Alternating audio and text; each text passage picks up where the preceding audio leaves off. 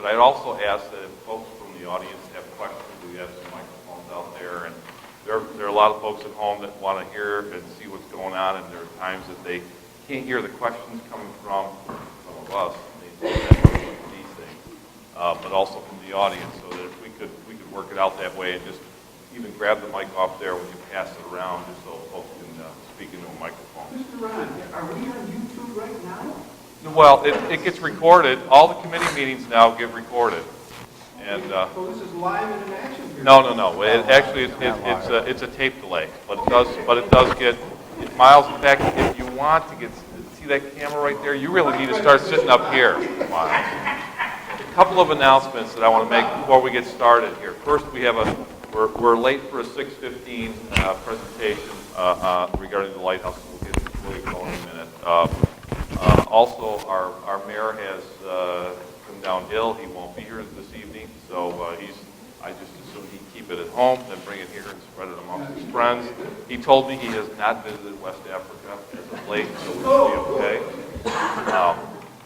But we had hoped to have a budget hearing tonight to begin the budget process, but this is also, we've had some counselors that had some other conflicts, and we had canceled this evening's budget. The two budget we're going to start on, we're going to be OPD, Police Department, and Fire, and those will be rescheduled at another time. So what we're doing is Lighthouse Committee, and then from there we're going to go to committee. So if we could, go do it. Grab a mic and... Supposedly on? Yeah, there is. Good evening, members of the City of Oswego Council. Again, thank you everyone in the audience attending also. My name is Rich Bush and I'm president of the H. Lee White Maritime Museum Board of Trustees.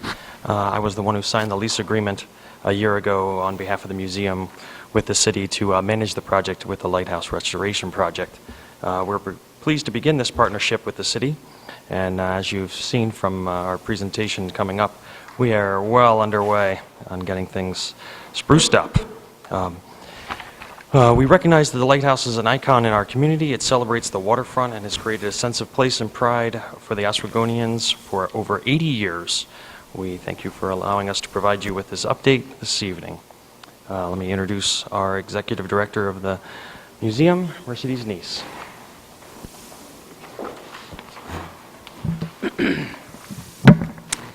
Good evening, members of the council, members of the audience, department heads. Thank you for allowing us to have this opportunity. When we signed the lease, we had said that we would come and do a presentation to you, and we were thinking January, but we had a very exciting season, and we really felt that it was important to give you an updated version of what's been going on. I want to mention that we have some of our Lighthouse Auction Committee members here. I'd like to ask them to stand for a minute. Come on, crank it up. Awesome. So they're here to show their support, and they've been working very hard on the committee. We have a Lighthouse Auction Committee. We were going to have the auction in October, but it has been rescheduled to April 2015. We're looking for some more really great items because we'd like to maximize the funding that we can raise to benefit this lighthouse restoration project. In June of this year, we held the first ever Lake Ontario Central New York Lighthouse Challenge. Never been done before in our area. We had people fly in from Florida, drive in from Colorado, travel from Kentucky, Montana, New Jersey, Pennsylvania, just to participate in this challenge. And what it was is we partnered our lighthouse with lighthouses an hour and a half to the west and an hour and a half to the east. And it gave people an opportunity to go inside bed and breakfasts that normally wouldn't be open to the public. They got to see a small lighthouse that isn't open up in Cape Vincent that was kind of a little offshoot years ago, and they put it aside. It's actually being used as a shed, believe it or not. Lighthouse enthusiasts will travel all over the country. They will schedule their entire vacation around visiting lighthouses. They are enthusiastic, and you know what? They spend money. This is an untapped source of potential revenue for our community through sales tax, through bed tax, through shopping, all the things that are going to go on when these folks start coming to our community. We received 2 grants. One was from the Preservation League of New York. We also received one from the National Trust. And we actually were going to turn it down because it was sort of for the same thing. We were just kind of shooting for the 2 of them. But they said, no, reconfigure your grant. We want to be part of this project. That's the National Trust that wants to be part of this restoration project. We will have more details. We did have an architect visit the site, and he's drawn up some plans that we will share with you at a later date. Ted and I are going to be going on the road, and we're going to be visiting every service organization to talk about the lighthouse and get some enthusiasm and energy going for it. And we're going to go beyond the city of Oswego because the lighthouse represents a symbol not only to the city but to the county and our region. I would like to take this opportunity to thank the Community Development Office.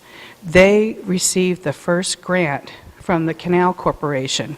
That was almost $250,000 to get the hazardous materials and the lead paint and all that kind of stuff, the asbestos, the bird guano out of the lighthouse, and we couldn't have done it without that grant. It really is an important department to our city. And basically, we are looking for volunteers, so just, see one of us later if you're interested. We need people on the committees. At this time, I'd like to turn it over to Ted Panyatov. He's provided you with a pretty detailed report so that you have the chance to look at it ahead of time, and he's got a few things to share. We're not going to go too in-depth. We know you've got a very busy agenda tonight. Thank you. Thanks, Bert. So, thank you, members of the council, and members of the public. Let me just pass this out. In case you missed it, that was an article that was in the Pal Times back a couple of 3 weeks ago.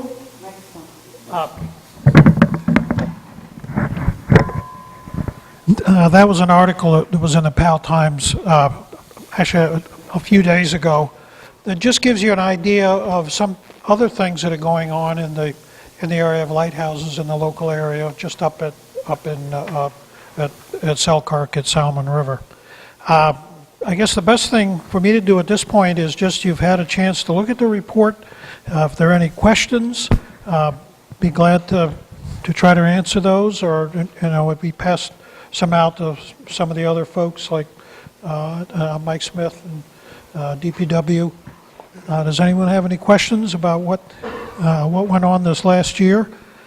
We put in about 450 hours of volunteer work out at the lighthouse, probably about another 50 hours plus working on things on shore, directly related, things like bringing in windows for restoration, that sort of thing. So, it's about 500 hours of work. We're probably looking forward to at least that much and more next year. Yes. Yes, are you going to plan on doing tours out there and different events? Well, that's the plan. The big issue right now is I don't think the city or the museum wants to get into the boat operating business, but we do have a potential boat operator that's working on getting a boat properly licensed. Anything like that has to, of course, have the proper Coast Guard licenses, both the boat operator himself and the boat itself. That's being worked on, and we're thinking, we're thinking that maybe next year we'll be able to do, assuming that that boat works out and it does get the proper licenses, that to start out small, maybe on a few special occasions, run some tours out there. But the lighthouse, it's safe, it's clean. Even though there's work underway, people are painting and everything else. There's no reason why people can't tour. In fact, my experience with the lighthouse in Maine, that was a good thing. People would see would see the work going on and say, hey, how can I get involved? How can I help? How do I make out the check? And that's exactly the way that worked. Yes. And if you haven't passed that around to the press yet, I think you should. We have several, It's we have pretty several impressive. copies. It's pretty impressive what the interior of the lighthouse, the transformation that's going on in the interior. I have two questions. One is Sure. plans for the exterior, and then secondarily, I know we still have, certain times of the year, we have folks who like to walk out to the break wall and access that area, and what are we doing about, is that problematic, and/or how are we going to handle it? Okay, the answer to the first question, that the grant we got from the National Trust, from the National Trust for Historic Preservation, that grant went to a preservation architectural firm out of Syracuse, and they prepared a plan for the exterior restoration, not only the painting of the steel exterior, but also restoration of work on the concrete caisson. That's going to be quite costly, but we're going to be proceeding with that information to apply for grants, and that's one of the major things that we're going to be doing over the winter months, is trying to identify sources of grant funding. There's some that are available in partnership with the city, like the transportation alternative grants that come through Department of Transportation, and there are other private grant sources.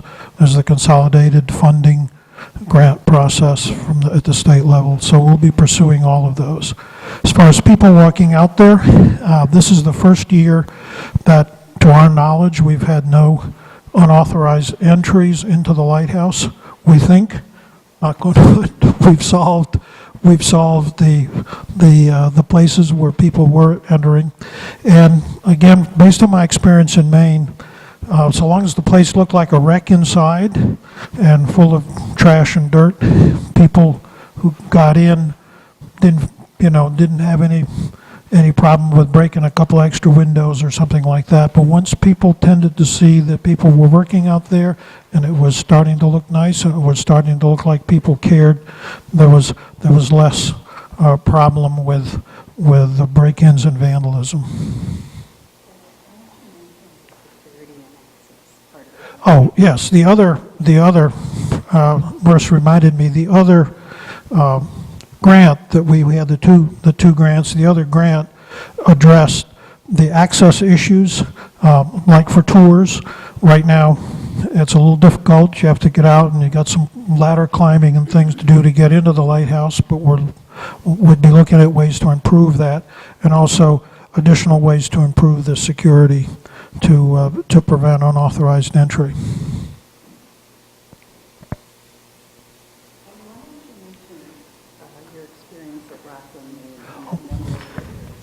Okay, Merce pointed out, my wife and I moved to Oswego in 2009, and we came from Maine, on the coast of Maine, little town of Camden, but the town next door was Rockland, Maine, and there was a lighthouse there, well, it still is, that I was very much involved with on their restoration. Same setup in that it was out at the end of a break wall. It was owned by the city, and it was leased to the nonprofit organization that was doing the restoration. Once we got going with tours, now the access was a little easier. People could walk out along the break wall, though it was almost a mile long. But in the course of a summer, we would be open on weekends, and somewhere around 35 or 36 days, because we would lose an occasional day due to weather, we would have upward of 15,000 visitors. And in fact, this last year, talking to some of my colleagues back there, they had over 17,000 visitors in 35 or 36 days. So it can be a very, very large draw.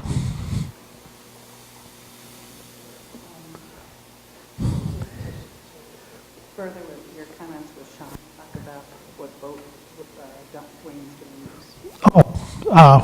Well, I guess it's not, it's for, the gentleman who we're talking about and about the boat is, if everybody remembers the old Caho, that was the Coast and Geodetic Survey vessel here. Well, that boat has been purchased by actually a museum member who is a licensed Coast Guard captain, and he is in the process now of getting the boat license so it would operate. So not only is it potentially will be usable for doing tours out there, but it's also, I think what the Caho was here for over 50 years, that particular vessel is part of the maritime history of the port. And he wants to do lighthouse tours and harbor tours, and we will be working with him on both of those initiatives.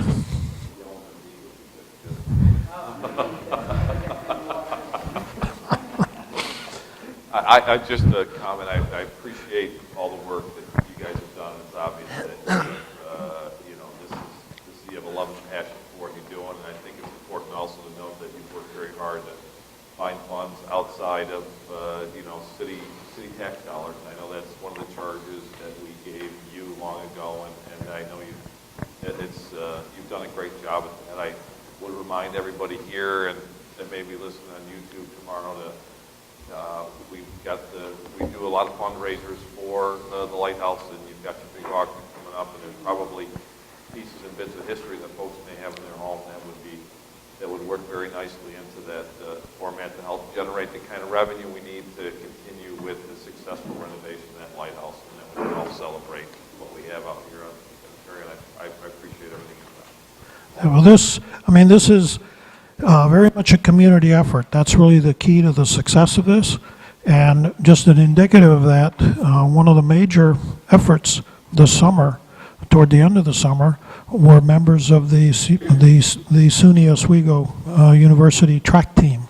And they sort of adopted the lighthouse, and they probably put in, out of the 450 hours, they probably put in a good 200 hours of that out there working both on weekends and during the week. Track teamers have a lot of hurdles to overcome. A lot of hurdles to overcome. All right. And we will be back. We will keep Thank you you. informed, and we can't do it all without you, but we will keep you updated on things, You have okay? an extra copy of that to pass We around do. for folks that just, for anybody that wants to Absolutely. look at what's been done, maybe you can just kind of pass it around. It'd be great. Thank you.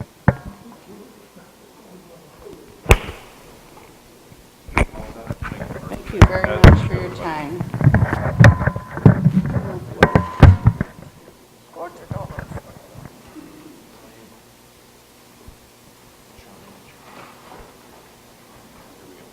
Okay, here we go.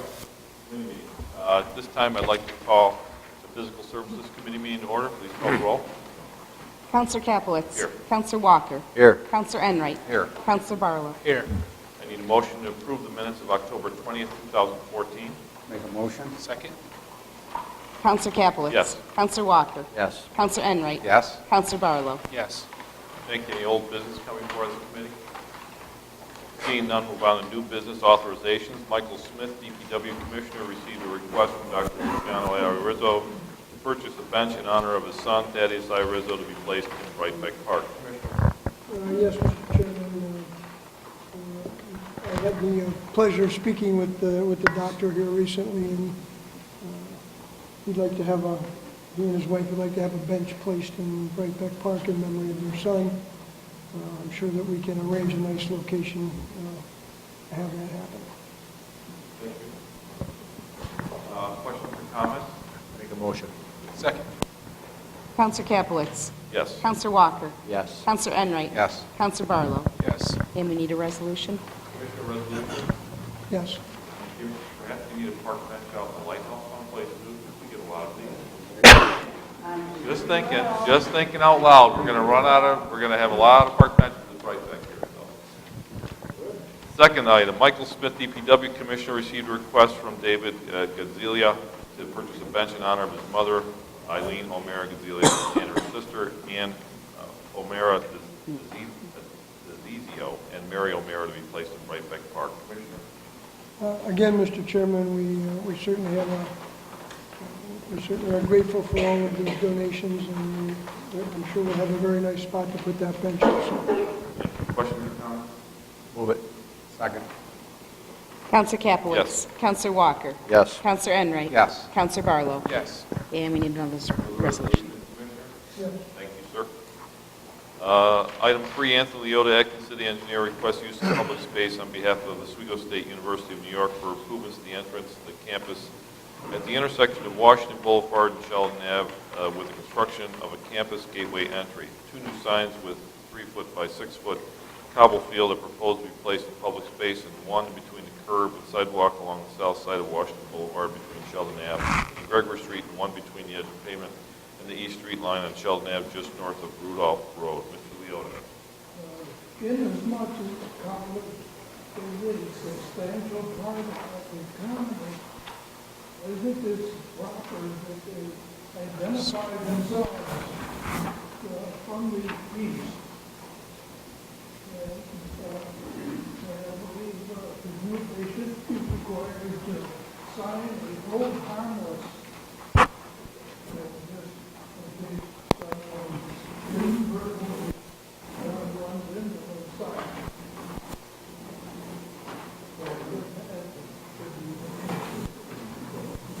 Thank you, Mr. Leota. Questions or comments on? Chair. Yes, Council. That in the resolution, hold harmless or no? I believe it is. Or should we put it in there right now? I'll make a motion to put it in there in the resolution now. Just before we go, I had a question for Tony. Should this include what they're doing, and I don't know if they have to because it's on a state route, but what they're doing next to Romney, the Romney Fieldhouse parking lot? They're putting in another one of these stone signs.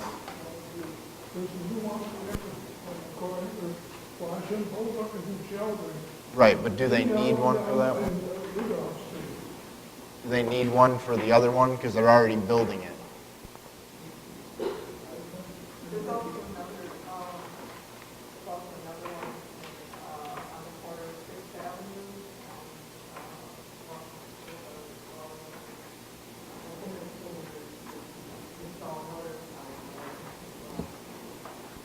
It just seems like they have quite a few of these going, and some of them are already being built, and I don't see all of them listed on this, so if we need to get more hold harmless agreements, we should. The only two identified people. Is Amy here?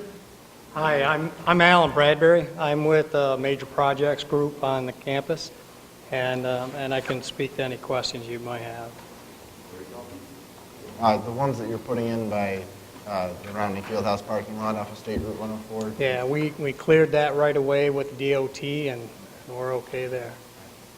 What we did do inadvertently, obviously, is to put some in place, and we're trying to catch up on that and move forward.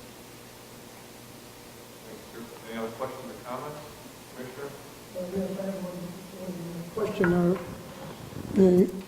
This is in addition to the existing one at Washington Boulevard and Sheldon? There's one on the Sheldon Ave side. We've got a full set of plans there. There are, and overall, we've got over 50 wayfinding signs that will be going across the campus. And I think there are 4 or 5 that are in question. I think they've all been listed in the information that's been handed to the counselors and the city, and we can address any of them as needed. Question for City Attorney. Mr. Reynolds, there was a question about the hold harmless. I see that in the resolution that's being proposed, we have the requirement of a certificate of insurance as proof of liability with naming this, the amount of $1 million, naming the city as an additional insured. Is that the same as a hold harmless? things, aren't they? Yes. Okay. So a hold harmless would be, we'd have to add the whole hold harmless recommendation, Councilor Walker mentioned, to the resolution. Yes. As well, thank you.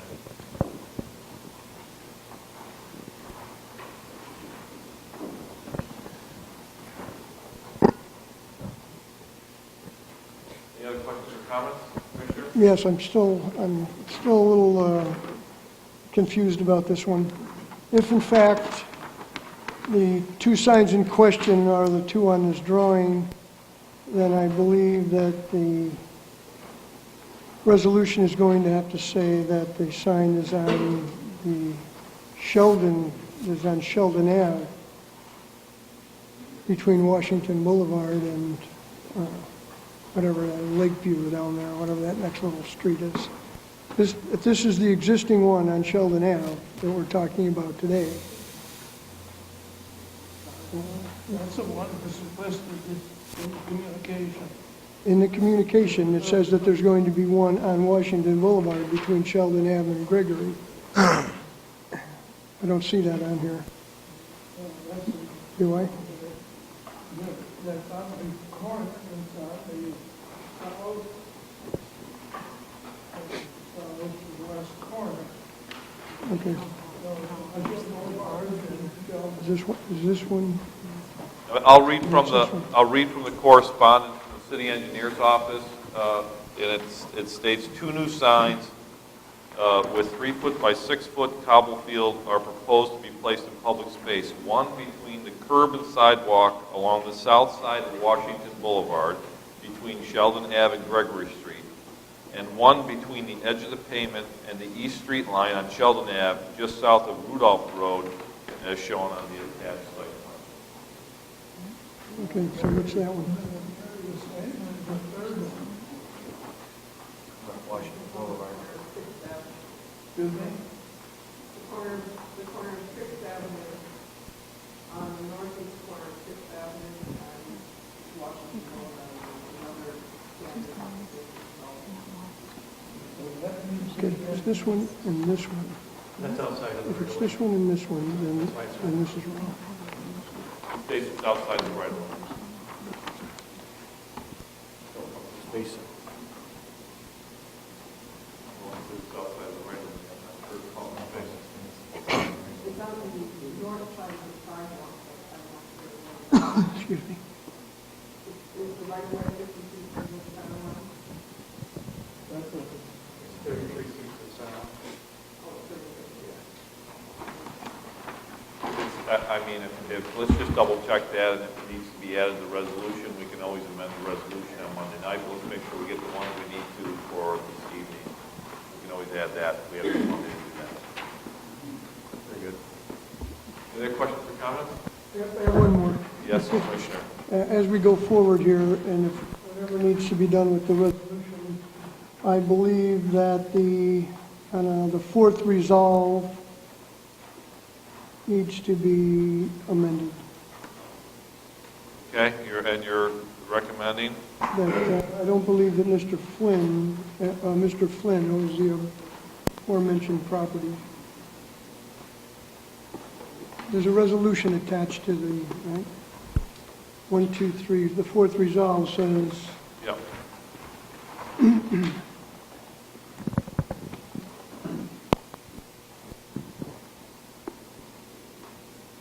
say it's not necessary because it's a public space, is that what you're saying? yes, I'm... There's no requirement. Unless we are we saying that Mr. Flynn, that there is a Mr. Flynn that owns that property?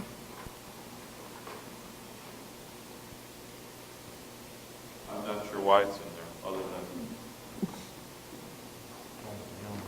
if it's privately owned, then we don't even need to have a discussion about putting a sign there. If it's privately owned, as between the college and Mr. Flynn, we'd have to get probably a permit to put a sign up in there, but not a, we're looking at granting use of public space. What are we talking about here? You know, that's the question. Right, exactly. Do we know that that sign is on private property, or is it actually on the public right of way? it's on the Flynn property. Potentially. No, we're not aware of. Who was Mr. Flynn?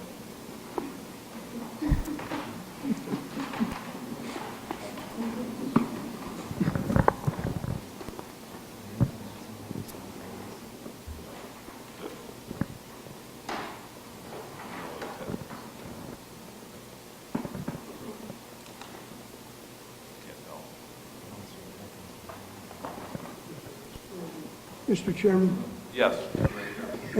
it's my belief that both of these locations are adjacent to either property owned by SUNY or by the city.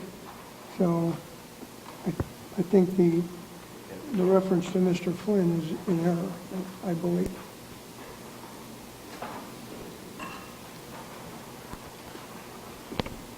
Okay.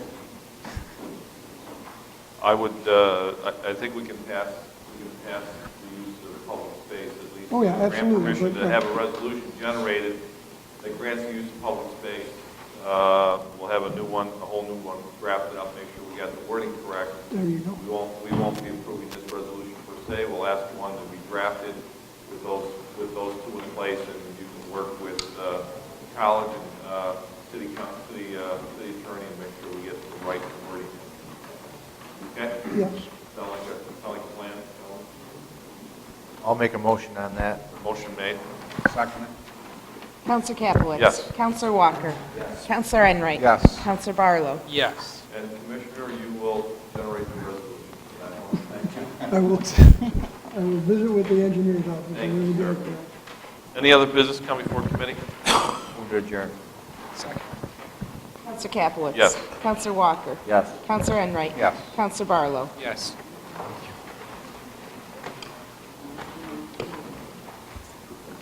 This time, I'd like to call the Planning and Development Committee to order. And here, please call the roll. Counselor Van Buren. Here. Counselor Walker. Here. Counselor Barlow. Need a motion to approve the minutes of the October 20th, 2014 committee meeting? Motion. Second. Counselor Van Buren. Yes. Counselor Walker. Yes. Counselor Barlow. Yes. Is there any old business to come before this committee?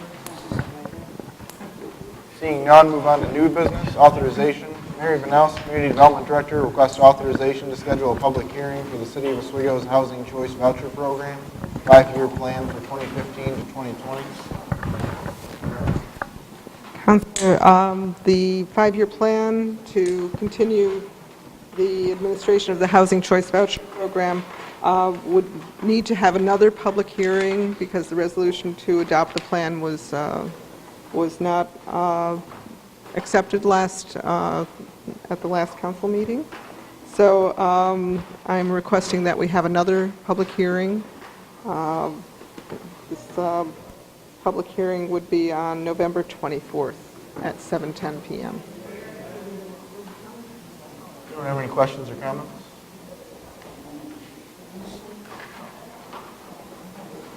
Some comment on just, I know there was some discussion when we voted the first time around on the voucher program, but I think we have, since that time, also had meetings to get a better understanding of the voucher program and the 456 vouchers, I believe, that we currently have, and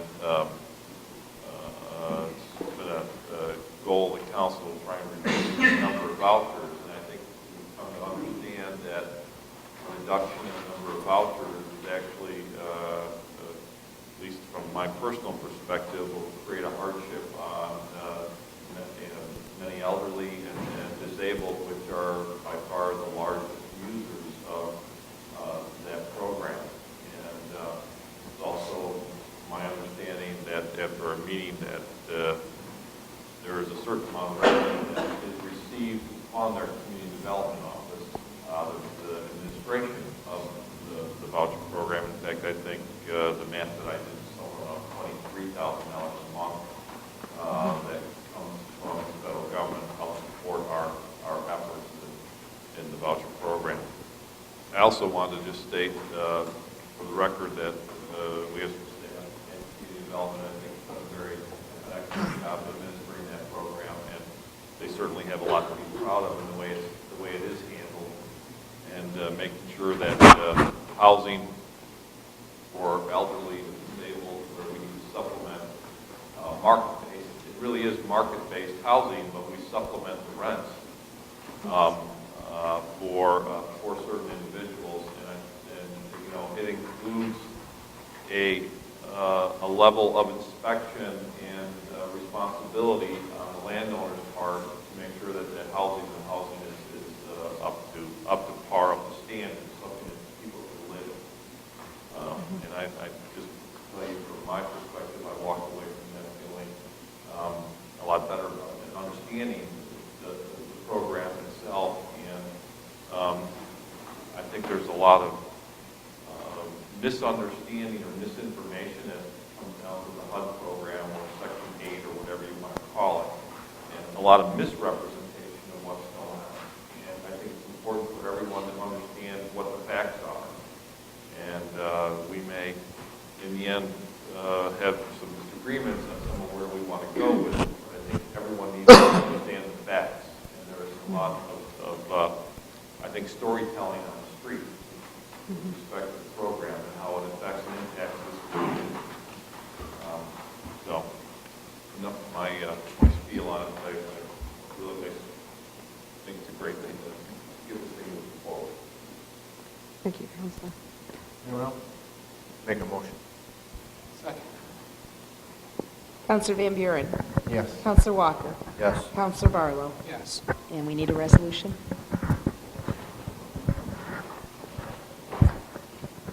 Any other business to come before this committee?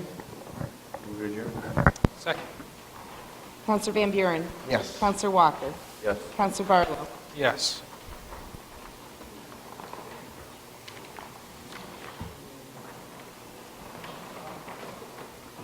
This time, I'd like to call the Administrative Services Committee meeting to order. Please call the roll. Counselor Capelitz. Here. Counselor Enright. Here. Counselor Van Buren. Here. Need a motion to approve the minutes of October 20th, 2014. Make a motion. Second. Counselor Capelitz. Yes. Counselor Enright. Yes. Counselor Van Buren. Yes. Any old business coming before this committee? Seeing none, move on to new business. Under authorization, Rita Tickle, Personnel Director, requests authorization for Mayor Gillen to sign a renewal agreement for legal services for labor relations with Romer Wallens Golden M&L LLP for a 3-year period from February 1st, 2015 through January 31st, 2018. Ms. Tickle?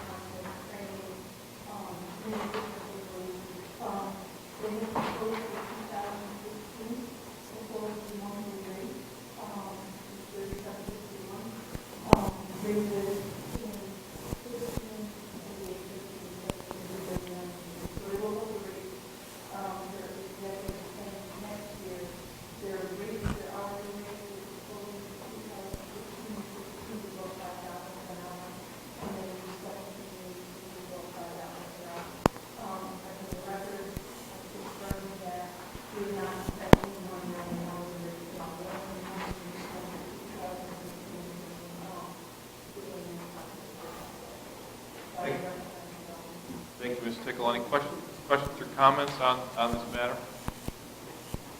Move it. Counselor Capelitz. Yes. Counselor Enright. Yes. Counselor Van Buren. Yes. Thank you. Item 2, Phil MacArthur from the Tree Advisory Board is requesting authorization to accept a donation of 100 trees purchased under an ORA grant to be planted by the Tree Stewards Organization. There's attachments on that, and I see Mr. MacArthur in the audience. Mr. MacArthur. The tree stewards will plant them. The ORA people provided the money to buy the trees, 200 trees, 100 trees. And this is part of an experiment, basically, that was suggested by Ron Capelitz about a year ago to the Tree Advisory Board to try buying small, cheap trees and see how they do. So we've got, we're going along, filling in vacant spaces along the River Park, Skyler, as a gateway to the ORA clusters that are involved. they're only $2 a piece. If we lose, I guess, half of them, we're still at the game. So we'll see how this experiment turns out. Yeah, I don't want to be noted as cheap. I think they're younger trees that can be bought at a more reasonable cost. These are all whips. They're between 2 and 4 feet tall and about the diameter. Yeah, it is a younger tree, and if they're properly cared for and maintained in a couple, 3 years, it's the same thing that we're paying $150 for. So it's, that's what the, We're getting 100 trees replaced with 2 larger trees. yeah, so. What are these cheap trees? What kind are they? They're red oak and little leaf linden. Any questions or comments? Motion? Yes, Commissioner. One comment I would just like to add that if the city's going to accept the donation of the trees, that we're clear that they will be planted in public space. It just hadn't been said out loud. I just wanted to say it out loud, so. Right. Well, maybe you ought to word it up to 200 trees because we have made these available to cluster residents if somebody comes forward and wants one to their side or backyard or something. We're trying to increase the urban community of the city. So it'll be up to 100 trees. Now, nobody's come forward yet. Put it on their social media site. And I don't know if we'll get requests for some of these trees. Yeah, we get into a little bit of a sticky wicket here, so to Yes, we speak, do. because we can't, if we accept the trees, they become property of the city, then they can't be given to a individual homeowner in the backyard. And that's because the city can't give gifts. So we have to word this in a way that we're not going to complicate, that if the ORA, If you want to, Phil, if you want to retain 20 trees or 10 trees or something, donate 80 to the city, you can, Yeah. the 20 that you have remaining, you can do whatever why you don't want. you do it that way? Why don't you donate 80 trees, and then the ORA can keep the 80 or the 20 for their own discretion, how they want to handle it. And if they decide they want to donate 20 more, that's fine. Okay? Yeah, there we go. Change that to 80. Any other questions or comments? Commissioner? I'll write the resolution. Thank you, sir. You were going to be Need a motion? Make a motion as amended. Second. Counselor Capelitz. Yes. Counselor Enright. Yes. Counselor Van Buren. Yes. And the Commissioner will rewrite that. Thank you very much. Item 3, Brian Chetney, Oswego City County Youth Bureau Director, requests approval for the mayor to sign an agreement between the City of Oswego and the County of Oswego to reimburse the city for time spent by the city typist on the AmeriCorps grant program. There's attachments for that, Mr.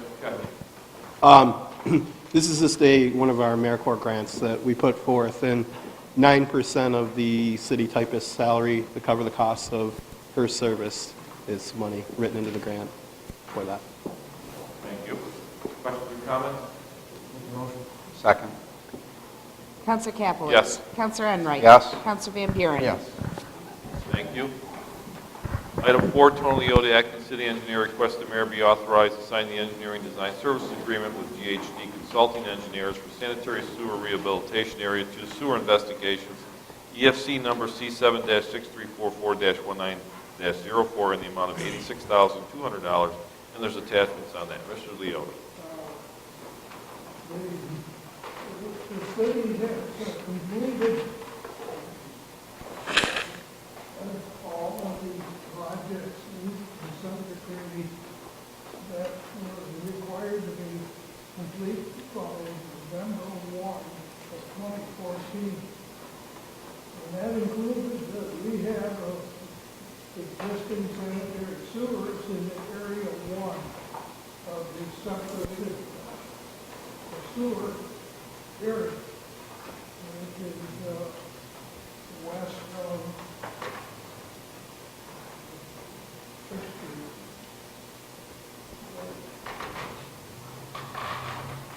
We had a recent meeting with EPA and DEC.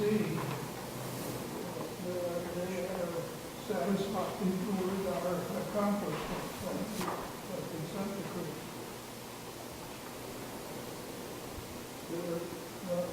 next set of projects is scheduled for 2017 and 2018, and completed in 2017 and 2018. The project to be completed by November 1, 2017, is 3 years from now. It includes area 2 of the sanitary sewers. I should explain that the area 1 was the worst of the sewers. And those were located mostly in the 3rd Ward and the upper section of the 1st Ward. I handed out a map. What was the description of the sewers that need to be rehabbed in area 2. And the 1st Ward and the 5th Ward, and a small section of the 7th Ward. It is necessary to consider if the DD smoke testing of the sewers to complete it in 2015, and the design completed in 2015 so that the drawings can be submitted for approval by January 1, 2016. And the actual construction would be in late 2016 or early 2017. But keep in mind that we're still going to be continuing discussions with the EPA and the city as to whether this project actually needs to be constructed. This is based on the overflows that have been abated. But it's wise to have these drawings ready. We think that we can't wait until 2016 to acquire the information. Right. That's why we should move forward with the design for the tour.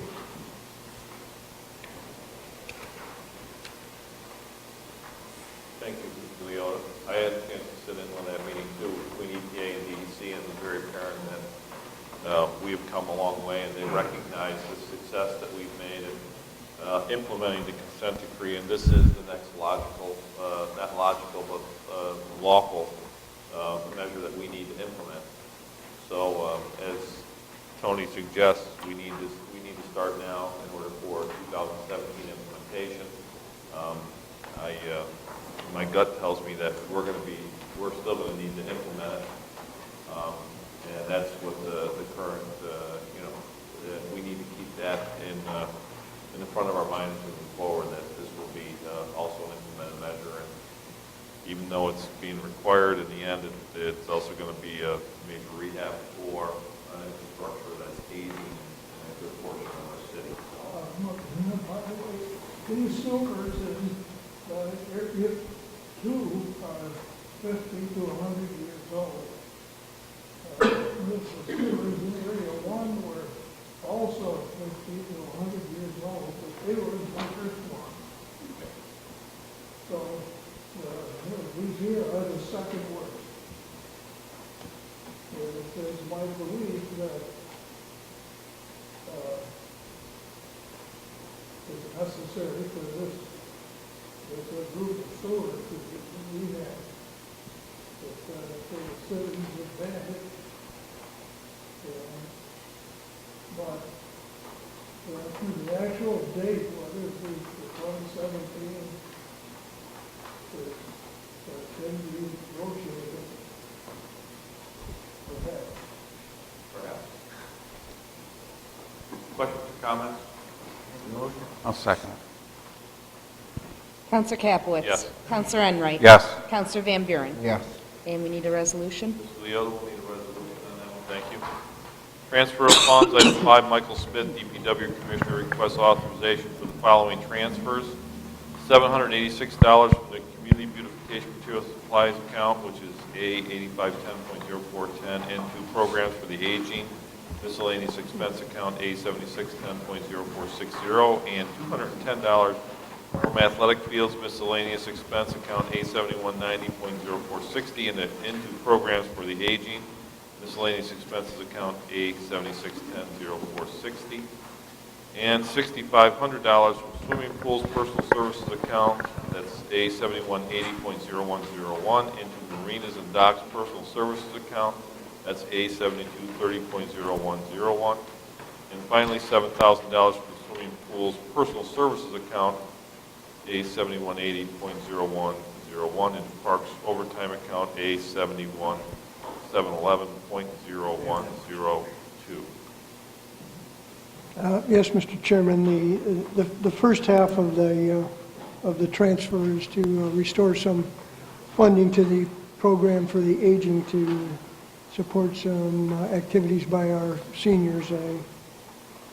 Earlier this year, we had transferred some money out of there prematurely, and I'm just looking to restore that to fund a couple of activities that they have planned here in the next month or two.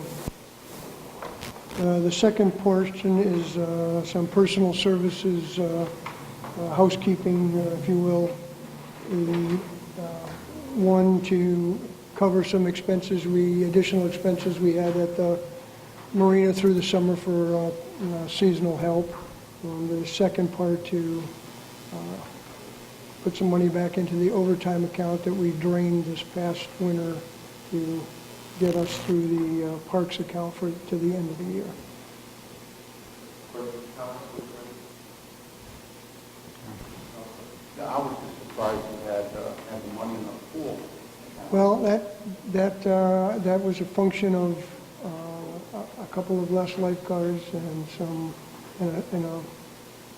a slightly shorter period that it was open. So we ended up with that.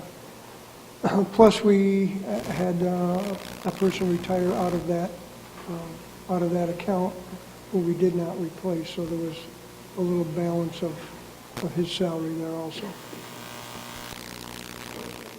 Any other questions, comments? I'll move it.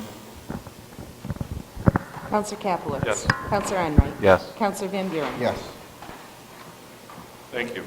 I also have one other add-on to the transfers. I'll hit it up here. This is from City Engineer's Office. Requested transfer of funds in the amount of $2,430 from account A6989.0440 contracted services into account A6989.0200 equipment to cover the cost of the split roller bearings at the High Dam hydroelectric facility. Mr. Leota? Yep. Questions or comments on the transfer? Motion. Counselor Capelitz. Yes. Counselor Enright. Yes. Counselor Van Buren. Yes. Thank you. Under discussion, Rita Tickle, Personnel Director, requests discussion of the agreement with Oswego County for weights and measure services as the current agreement expires December 31st, 2014, and further requests authorization for Mayor Gillen to sign said agreement. Attachments on that. Ms. Tickle? Thank you, Mr. Chairman. This is another long-term agreement. We've been contracting with the county since the mid-'90s for weights and measures ceilings, for checking the scales and the gas pumps. We did away with the position back in the mid-'90s and saved money for the position as well as the benefits. So, again, I would ask you to approve this contract for 2015. They've held the cost for the last 2 years, and I think it's a great deal for us. Thank you, Ms. Tickle. I think this is an example of some of the contracting out of services that we used to have full-time and have people who are now being contracted out. So it's a good example. And I will fix the resolution that says for the year 20,154. I think any of us will be here then. Wow, time flies. I'll take that 4 off the end.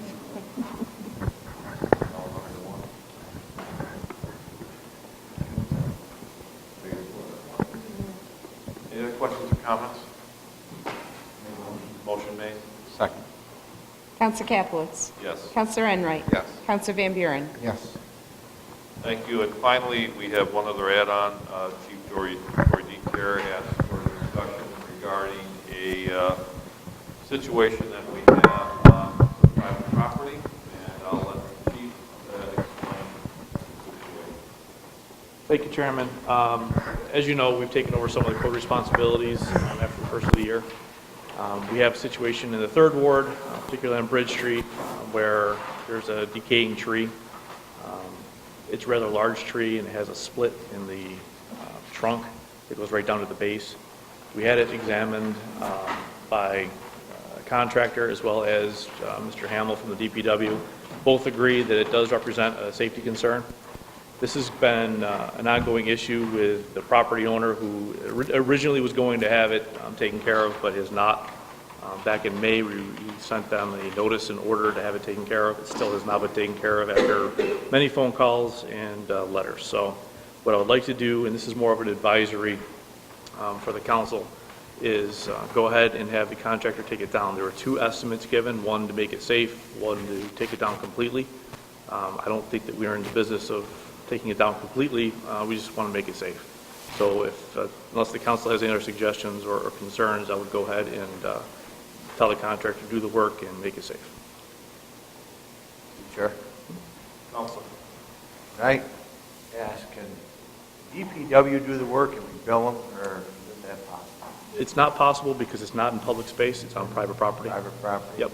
What happens is the money that we're actually spending out plus the administrative fee will then get rolled onto their taxes. So we should be able to get that funding back. Yes. Any questions? City Chamberlain? Thank you. In the short term, this is the account that the chief uses that's reimbursed from the contingent account, just so you're aware. There will be a transfer coming before you. Thank you. Sure. Yeah, is this similar to like when we have the grass cut on property? This would be placed to build back on his taxes? Absolutely. And the reason why I'm bringing it to council is because it's a little bit of foreign territory for us. Typically, the bills are $100, $200. That this is significantly more, so I wanted to make sure the council knew what we were doing and why we were doing it. Very good. Thank you, Chief. Any other questions or comments on the matter? Mr. Watson.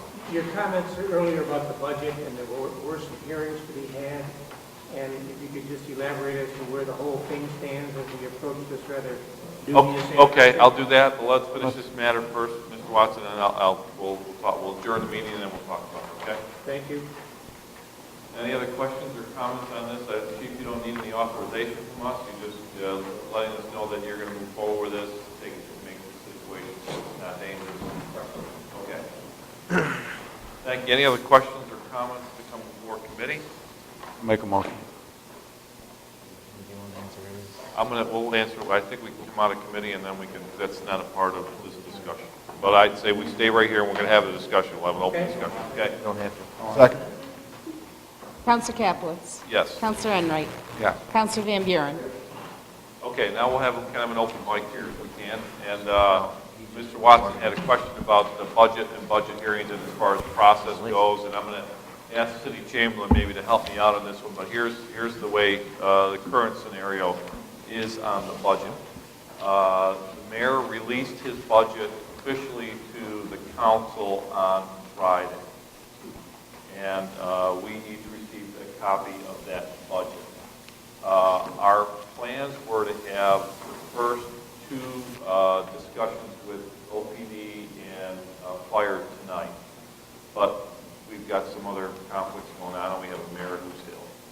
So it's just, this is a discussion that, in my belief, we need to have 7 councilors and a mayor present for any open discussion that we have on the budget. Each of us has to take responsibility for it. And I expect that anytime that we have meetings on this budget that we should all be here. So that's why that discussion got canceled for this evening. Our plans are to officially are to have this budget and kind of everyone take a good look at it and digest what's in there. And it's a lengthy document. And the week of November 17th. Begin the official hearing process on the budget. And actually we're looking at November 18th, 19th, That's Wednesday, Thursday, and potentially on Friday to go through the first portion of the budget. We have a couple of vacations that have to be accommodated. Some people have some family vacations that have been planned. And I would expect that probably the week after that, somewhere in there, we'll get to the last, the OPD and fire. We need to get everybody in, obviously, in as part of the process. If we had a budget hearing tonight, and this is where we get into a little bit of a discussion about when does this become a public document. I tell you, I got a copy of it, and if anybody wants to take a look at it, I'd be happy to share it with you. I don't know what the mayor is planning on doing with respect to officially releasing it. I can't speak to that, and Tom's not here, but I do know that if we had the meeting tonight, I believe the city chamberlain was prepared to distribute some copies once that official public process started, because it's officially the mayor's budget. It's not our budget, it's the mayor's budget. So we don't really have, we can, I think, each make individual decisions about what we want to do with it. You heard what I said. I mean, if you want to take a look at my copy, I'll show you what's in there. I mean, it's the same thing. We're all going to be looking at it, and it's in my mind, this is our community's budget. So, what time? We'll begin the meetings on the 18th, probably around 6:30, something like that. After dinner, so you'll have time to get in here for the 18th. But I would expect between now and then, I know copies or calls from the press, and I know there's some plans to talk to the mayor about getting copies of that budget. I'm sure that the press will probably talk to Ms. Cole later, and she'll have some information for you to help clarify if and when and how. But, I expect that the sooner we get this budget, the mayor's budget released, the better we're all going to be and better educated, because this is really about, as I said earlier, it's about understanding the facts. And that budget, lays out what the proposed facts for 2015 are, and what we are, council is going to have an opportunity to look at and make changes to or agree to what's in there. Answer your questions, Rod? You want me to answer? Sort of. Okay, I'm not trying to avoid it. Just tell me what else. Okay, tell me what else. And you mentioned public hearings on fire and police. Do you do separate hearings on, let's say, the big three, fire, police, and DPW, and then a more collective hearing on the smaller departments? What do we expect going forward? Okay, they're not public hearings per se. They're budget discussions. Right. Yeah, budget discussions. The actual public hearing on the budget will be scheduled after we go through and make what changes we want to the budget. So the mayor presents his budget, and it's a bit of a dynamic document. And then as we go through with the department heads and make changes or adjustments in there, city chamberlain then has to make amendments to that mayoral budget. We don't make changes that'll be a part of that public hearing, but it'll be the mayor's budget that will essentially be with amendments that we hope everyone's going to know that they're out there so the public can see it, can make comment on. So that's a bit of the process and the way it works. That mayor's budget is the document we work from. As we make changes, we don't just redline it. We have to make amendments to the lines in that budget. And although they're not called public hearings, are the budget hearings open to the public? Yes, absolutely. We've had, last year I was surprised at the budget increase we had only 40, 50 people at times in the audience. Yes, they're open, and we encourage folks to be a part of it. I mean, we want you to be a part of helping us build this budget. And this is our discussion, but I expect that, if the public has questions, we recognized folks last year, and we had some great input from people on the budget. That'll be your chance to openly speak. Because then the public hearing, once the public hearing is scheduled, that's when we sit in the front here with behind our desks, and we listen to everything that the public has to say, and then we kind of make our collective decisions based on, what has been, what we've done up to that date. The public hearing is just officially for the record, and it gets put on the record as far as what the, you know, the budget and the public's comments on the budget. Does the public have an opportunity during the budget hearings, can the public comment on the decision-making process? I don't think any of us are going to object to it. I would say, I mean, you were here for last year's budget. I wasn't here for the budget hearing, we were here for the ultimate smackdown and everything. But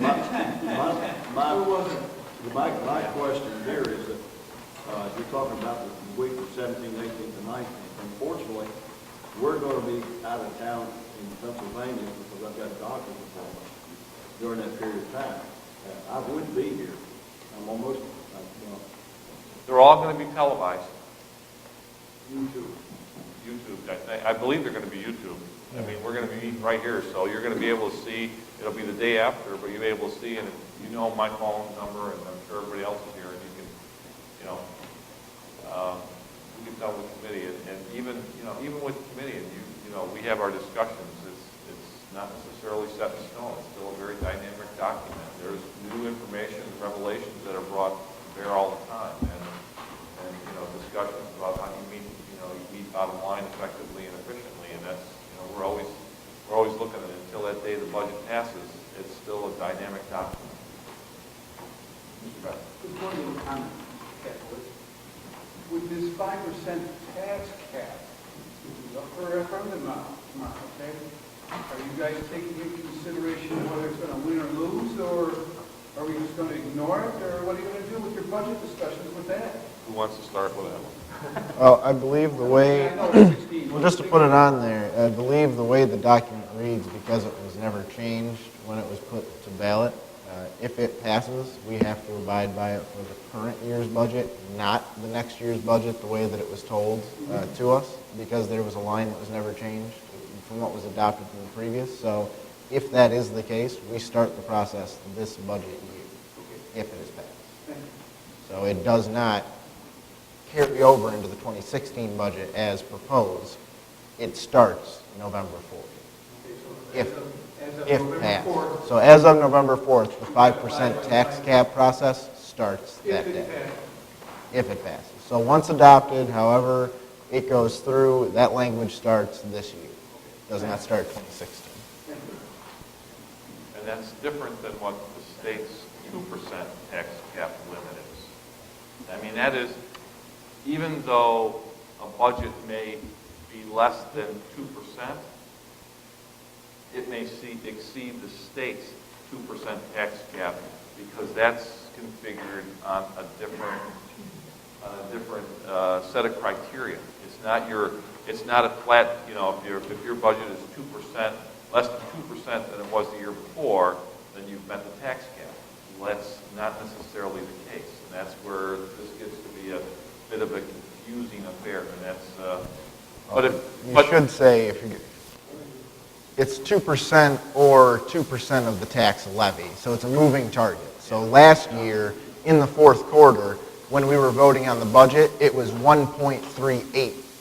So even if we passed it at 1.40, we were technically over the tax cap. So you've got to look at it that it's not 2% as proposed, it's 2% or 2% of your tax levy, which could be lower than what 2% is. So there's that potential as well. So you'll see even the county, which we know their budget is looking to be higher than 2% anyway, went ahead and overrid the tax cap. And that happens in a number of municipalities, because even if they did a 3%, you know, they're okay. They already knew they were over. But even if they came in 2% on the mark, they didn't override it, they were still over. And you as a community become the financial loser.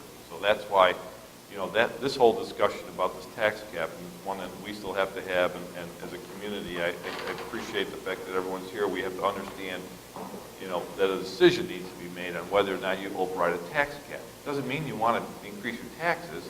It means that you need to make a decision that's going to protect the community. So if the tax, like I said, if we come in right around that number, but there's a miscalculation somewhere, the state of New York says, you're done, and this is going to cause you'll get penalized for that. Right, but the 2% state is a reference, an option, a bonus, and an incentive.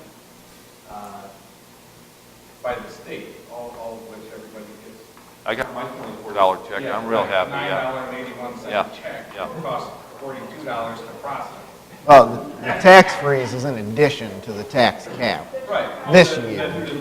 Oh, let's say, you know, and this is, and listen, this is an informal discussion, and we're just having, let Miss, Let me just clarify here, that the tax cap is not always 2%.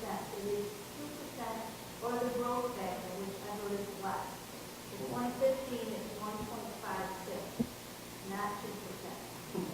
What Mr. Bell's referring to is the council capital was the $24 check, or $5 check, or whatever you choose, is the property tax free for staying under the 2% cap. So that's different. 5% is on the Right. ballot, has nothing to do with it. Right, that has nothing to do with this. It's on the tax rate. Right, The state tax cap is on the levy. right. Totally different thing. And the tax So you freeze, can be under the 5% tax rate increase, but over the tax cap. Gets confusing, folks. and the tax freeze can only be opted into if you stay under the governor's tax cap. So you've got to meet his 1.5 to get into the tax freeze, which is a separate program.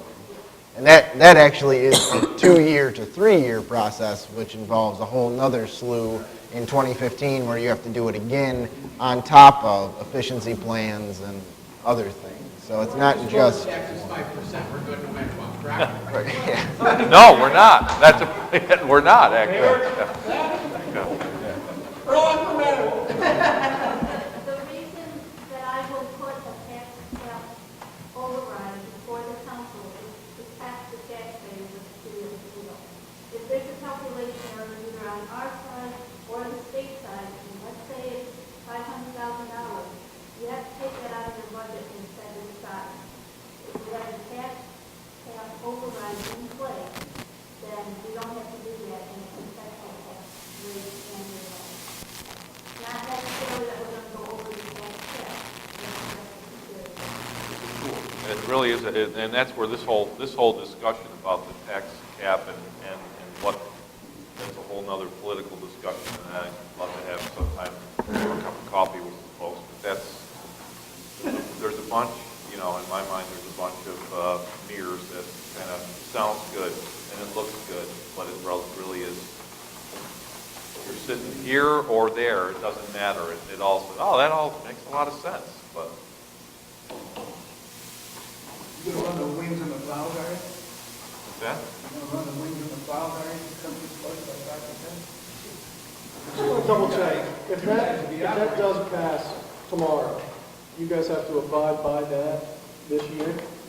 I just wanted to double check on From that. what we understand from the clerk's office and the Chamberlain's office, the way the document was proposed, there's a line in there that dictates we start with the current proposed budget, which is 2015. So the line reads in that document that we start this year, not next year, as it's been stated before. So it's been stated several times, we don't start this process until 2016.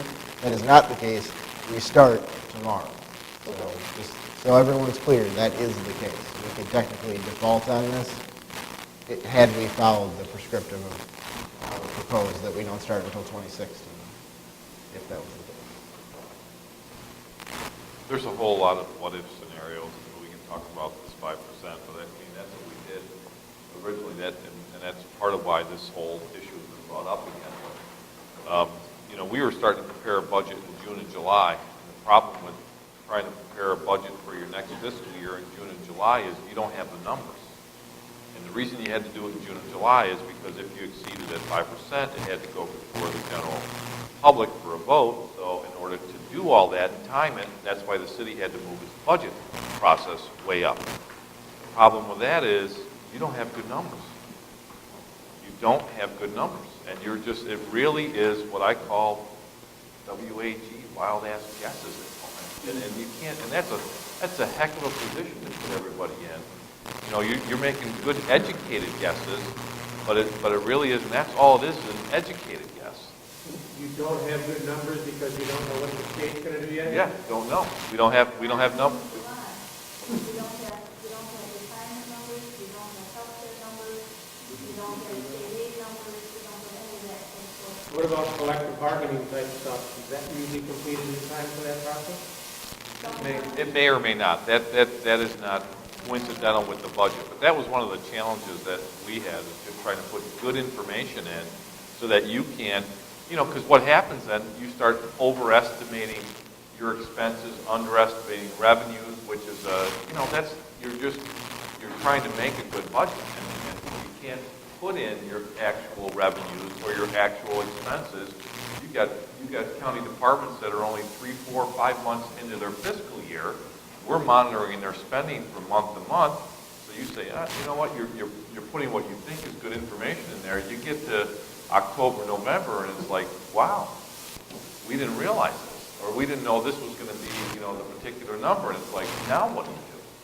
And that's just part of being, trying to put a responsible budget. And that's where the whole 5% thing again will change the whole budget cycle and make it difficult to put what I think is good information in a budget. By doing a budget later in the year, you actually put together a budget that's based on good information on that. The earlier in the year you're doing it, it's like putting a budget together for, not this year, but for 2016. We could start it now and put numbers in there, but that's all it is. And that's essentially what you're doing when you go into that process and start a budget. In May is when you're actually requesting numbers from your department heads already, what you want to do, and then you go to the city chamber and fill in all the other. Lyle said that was time. One more thing, and then Yes. Where's that steam station at with that grievance? Are we settled with them, or do we have to take it? We're settled. No, we're settled with them. Are we settled now? Yeah, we lost $500,000. Last year, we lost $500,000 cash. Well, this is what I've been trying to stress here since 1996. That steam station should not be counted on for anything. Okay? Do not count on it anymore. It is leaky. The umbrella's not there. That's $500,000. Knives or Mohawk's not there anymore. It's gone. And I'm going to tell you what our... This is the trouble with the school district. And I'm going to... This is the trouble with the school district. He can. It's not official. He can say whatever he wants to say. But I'm going to tell you what our next challenge will be in 2017. We have $1 million that comes in from the water tunnel that this city will no longer receive. And if you can't meet your expenses by $1 million, that means you have to, and you have a 5% tax cap, it means you have to make major cuts or come up with some other creative way, which we're always looking at, the ways to make and provide the services that people expect at a number that's effective and efficient. I really, that's where, in my mind, where it'll be, we're going to be fine this year with, if it passes, we'll be fine this year with the 5%. We'll be fine probably next year with the 5%. But in 2017, that's when the rubber really meets the road. And then, you're going to leave it up to the general public to decide whether or not you want to go over that 5%, which, listen, by that point, I'm going to be sitting in your chair. I don't want to pay any more tax than I have to. It becomes a no-brainer. You don't get the 5%, I don't want it. That's where folks that sit here and the mayor and others, we took a lot of crap last year, no doubt about it, over what happened. But we all voted 7-0 for that budget because it was, where we were as a city, it was the right thing to do. As much as it hurts, and I get it. I had to pay my tax bill too. It hurts. But when you see the dynamics and complexities within the system and the obligations that we have with unions and what's going on with the state government, the federal government, and all those things that you think you have, let's just change them. It's not that easy. You can't do it. You got to have your state legislators involved. You have to have your federal legislators involved to make the kind of changes where you're going to be able to have effective change at the local level. And it's going to be tough.